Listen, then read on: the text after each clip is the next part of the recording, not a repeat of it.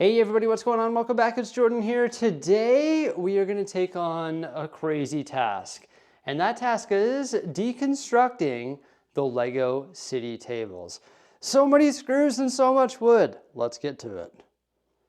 So we're going to start right over here on this side of the room where we have the large square table. It's funny, these tables weren't always squares. They were like the capital E shape. And then what I decided to do was fill it in because we ran out of space for the city.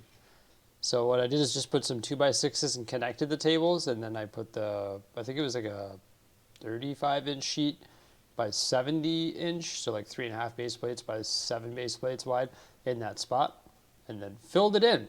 But you can see I'm removing these massive sheets of melamine. Some of them are just like really heavy because they're 8 feet long, and when I remove those, it just exposes the table frames. It's sort of just like a deck build, really. Like it's 2x6s, which is a bit overkill, but hey, they're super strong. I could like sit on them.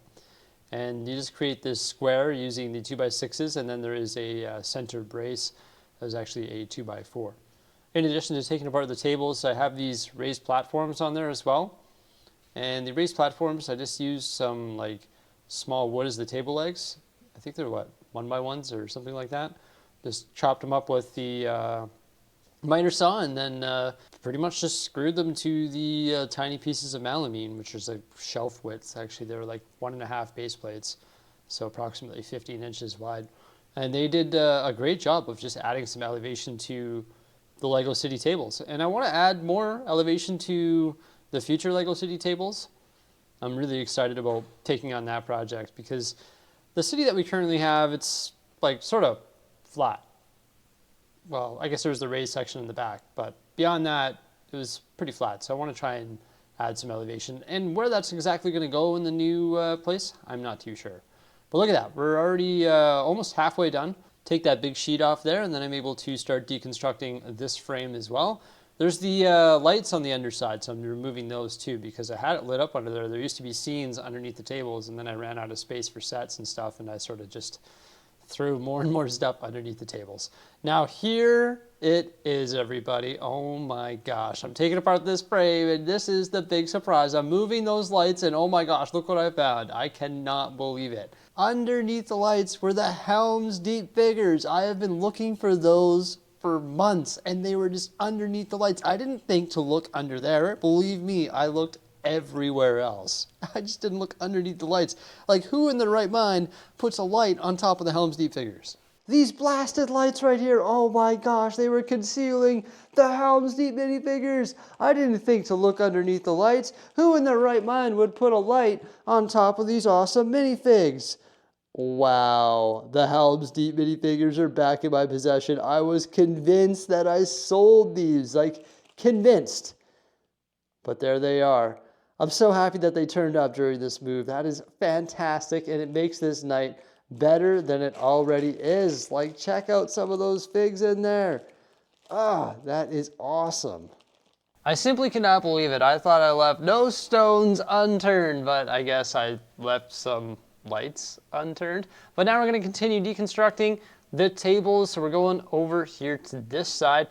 Once again, you can see those big frames, and the way that I just connected those frames using the 2x6s on the right side there. So you built those massive frames with these 6 4x4 posts supporting each one, and then there's just the 2x6s that connected those large frames, and I was able to lay the tabletops over top of that. The new city tables will be very similar in the sense that we're going to be building the frames, and those frames are going to support the 70-inch or 7 base plate wide tabletops, and we're going to essentially build, I think it's 4 of the frames, and then we're going to connect them using 2x4s, and then everything is going to be topped with melamine. And yes, I am still leaning toward the access holes, but we're actually going to be able to walk around the entire perimeter of the city, whereas this one here was sandwiched between 3 walls, so you couldn't access the sides of it. So for example, when I went to go place the zoo, I had to crawl underneath the table and pop up through the access hole with these massive modules.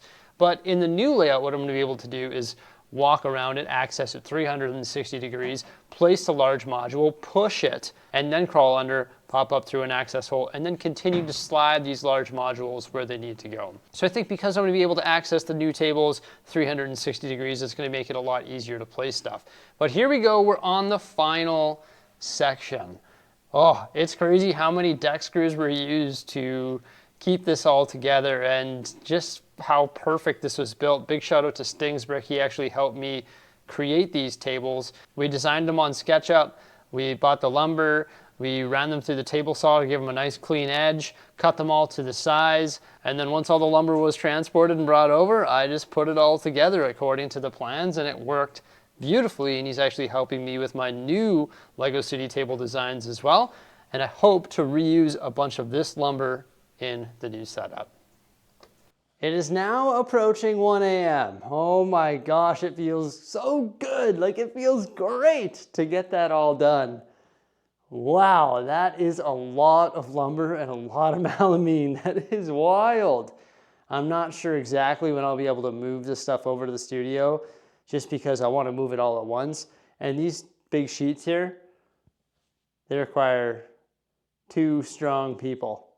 And I'm not going to put that upon Jose, so I need to wait. Probably Wednesday night, we'll move all that stuff over there, and then I can start going through these different pieces of wood and determine what I can reuse with my new table layout, because I want to try and recycle as much of that as I possibly can.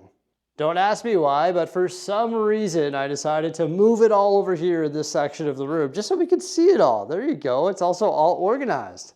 It's all sorted by size. Look, we've got all the different 2x6s right there, sorted by length.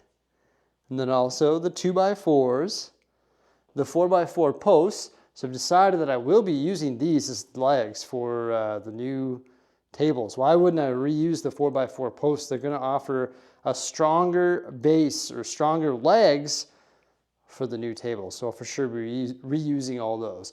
These are the sheets from like, I can carry them as you saw in that time lapse there, but I don't know if I could carry them up the stairs without destroying my back and also destroying the walls. So it's sort of a 2-person job. Then there's these large square sheets, which I could for sure haul up the stairs on my own, and all this smaller stuff as well. In addition to all that lumber, there's also all the short stumpy legs right here and a mountain of screws. Oh my gosh. Look at how many screws were used for the construction of those tables. It's actually wild. Oh man, the mansion, it moved just beautifully. It just slid right out of the way there. I just put it on that little raised platform and moved it over. And same with the ski hill. It just sort of moved freely. I don't know how I'm going to go about transporting these. Well, I guess I sort of do. The mansion, I'm going to break down so it has separate floors. So the roof can be removed and the second floor can be removed. They can be broken down that way. And I'm not sure if that's going to fit up the stairs or not. We'll have to see. I know the beach can be broken off, but I think if I remove the beach, I might be able to get that out. Maybe. I'll have to play that by ear. And this one here is just going to have to pretty much be split in half and then carried out in different sheets. Or like different mills plates. It's probably going to be a nightmare and it'll get destroyed. But you know what? This is going to have to be retailored for the Lego City layout anyway. I think the ski hill is going to get a new design. I mean, it's going to be similar to this, but probably a better design that's retailored for maybe a larger layout, right? I don't know if the hill itself needs to be larger, but this used to be just like on the tables over there on the diorama tables. So it's sort of a confined space and it's sort of built for that. So it'll have to be rendered. And also this here is going to get like an island. So it's going to be like surrounded by palm trees and stuff, I hope. We'll see. When we start building the Lego City tables, we'll cross that bridge, won't we? And oh man, once again, I found those Helm's Deep figures. Like, that is so cool. I'm so excited about that. I for sure thought they were goners, but I guess not. Like, oh wow, what a great night. Taking apart Lego City tables, getting ready to move them, and finding the Helm's Deep figures. Are you kidding me? That is incredible. Oh yeah, and the Oilers had a dominant victory.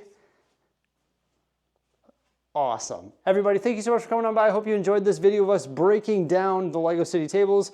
Please remember to like, subscribe, and stay tuned for some more great stuff coming out in the very near future. Farewell.